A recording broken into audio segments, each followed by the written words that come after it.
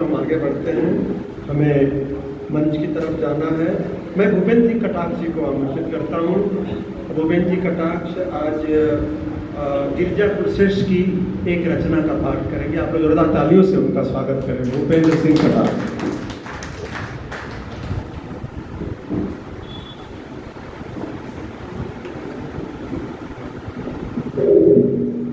आज के कार्यक्रम में 2 सत्र हुए। पहले सत्र में गिरिजा कुलश्रेष्ठ जी की पुस्तक अजनबी शहर में हमने वार्ता और चर्चा करी और कहते हैं कि अच्छी पुस्तकों और अच्छे रचनाकारों से मित्रता बनाए रखनी चाहिए। वो कभी धोखा नहीं देते, वो हमेशा साथ रहते हैं। तो मंजू जी ने उनकी पुस्तक का अन्वेषण किया, मैथिली जी ने विश्लेषण किया और मर्मज्ञ जी ने उनका संश्लेषण किया।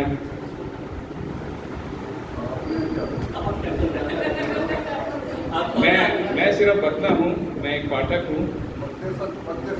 जो मर्मज्ञ जी ने कहा कि मृदुला सिंह चौहान जी की एक कविता थी, जब वो कविता सुनते हैं तो अलग अलग विधाएं होती हैं, अलग अलग विषय होते हैं, प्रकृति है, सौंदर्य है, हताशा है, आशा है, पर कुछ कविताएं जो होती हैं जो मन को स्थिर कर लेती हैं कि आगे क्या करूं। असमंजस हो जाता है कि मैं वो जो कविताएं आपको एक कर्म और एक धर्म करने को विवश करती हैं, वो उसको जन्म देती हैं।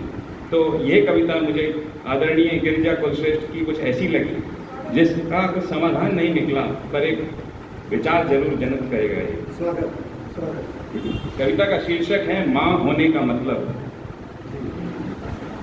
शिबू, अरे ओ शिबू, शिबू, अरे ओ शिबू, पुकारती रहती है शिबू को अक्सर उसकी माँ। चाहे वह दिन भर बैठे बैठे बीड़ी बनाते बनाते या चौका बर्तन करते करते थक गई हो, या ठहर गई हो कहीं, हाथ से बहुत पीछे छूट गए सपनों की अंधेरी गली में। शिबू, अरे ओ शिबू, या फिर बैठे ठाले शराबी 10 साल बड़े खांसते खखारते पति की मर्दाना हुकूमत में कसमसाती वह असहाय सी शिबू को ही पुकारती है। शिबू, अरे ओ शिबू, सारा गुस्सा उतारती है 7 साल के बेटे पर, जो अपने आप उगाई घास की तरह बिना खाद पानी के बढ़ रहा है, दीवार पर किसी बेल सा बिना सहारे के चढ़ रहा है। शिबू, अरे ओ शिबू, बिना सहारे ही चढ़ रहा है।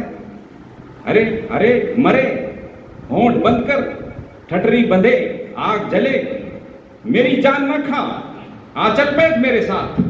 शिबू, ओ शिबू, पत्ते काट, तंबाकू भर, कुछ तो डर। जिंदगी से जूझती हुई शिबू की मां को फुर्सत नहीं कि वह देख सके उन्मुक्त होकर अपने बेटे की खिलखिलाहट बिखरती है जो मां के गुस्से पर। उसे परवाह नहीं कि एक बच्चा कागज की नावें बनाना या बुनना छोड़कर रंगीन सपने बुनने लगा है धीरे धीरे उदासी और हताशा, या चुपचाप ही बोने लगा है बीज विद्रोह या पलायन के। अपने आप से ही नाराज शिबू की मां कैसे समझे कि उसका कोई दुख मायने नहीं रखता एक बच्चे के बचपन से ज्यादा, कि किसी भी औरत के लिए मां बनने के बाद सबसे ज्यादा जरूरी है मतलब समझना अपने मां होने का। शिबू, ओ शिबू।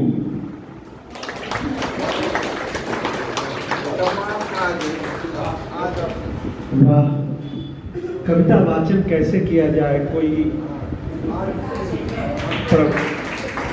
कटाक्ष से सीखे। सचमुच इस कविता को मैंने भी पढ़ा है, मैं भी प्रभावित हुआ।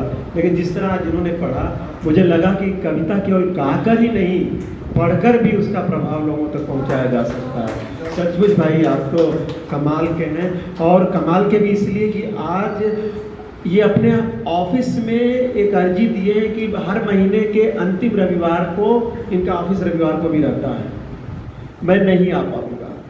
उसी बेसिस पे इन्होंने जॉब लिया है। देखिए ये समर्पण कहाँ मिलता है।